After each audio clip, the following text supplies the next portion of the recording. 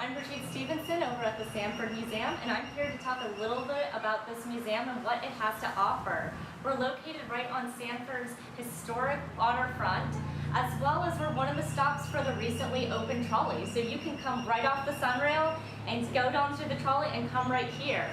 Not only that, we're free. So it's an awesome option to bring the whole family to. We have a little bit of something for everyone.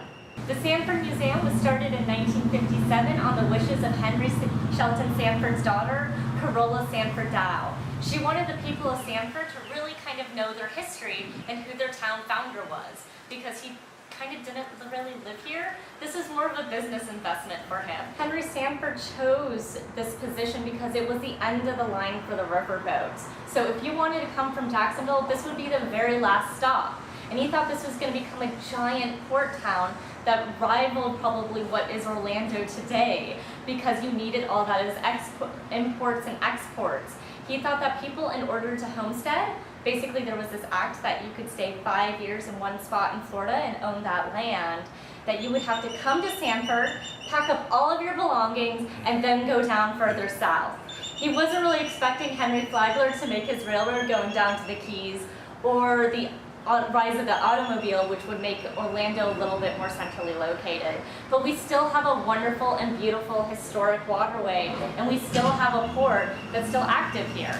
We have a little bit of a history spanning from when the Timucuans Indians were here to modern day Sanford. At one point we have a whole exhibit on why we were called the celery capital of the world, or Celery City.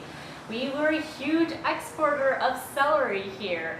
Kalamazoo, Michigan would probably like to fight us for that, but we proudly claim at one point we were the celery capital of the world.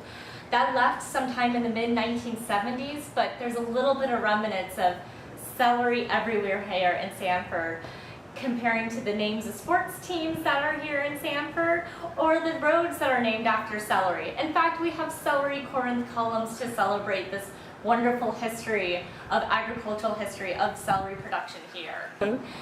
You can come and also visit our sports history. We have a whole sports gallery, which not only tells about the famous people who visited Sanford and played sports here, but as well as the famous people who came from Sanford. For instance, recent Hall of Famer Tim Raines, we have one of the biggest public collections of Tim Raines memorabilia out on display. So please come on by. We have a little bit of history for everyone. And did I mention we're free? So please come by today. We would love to see you.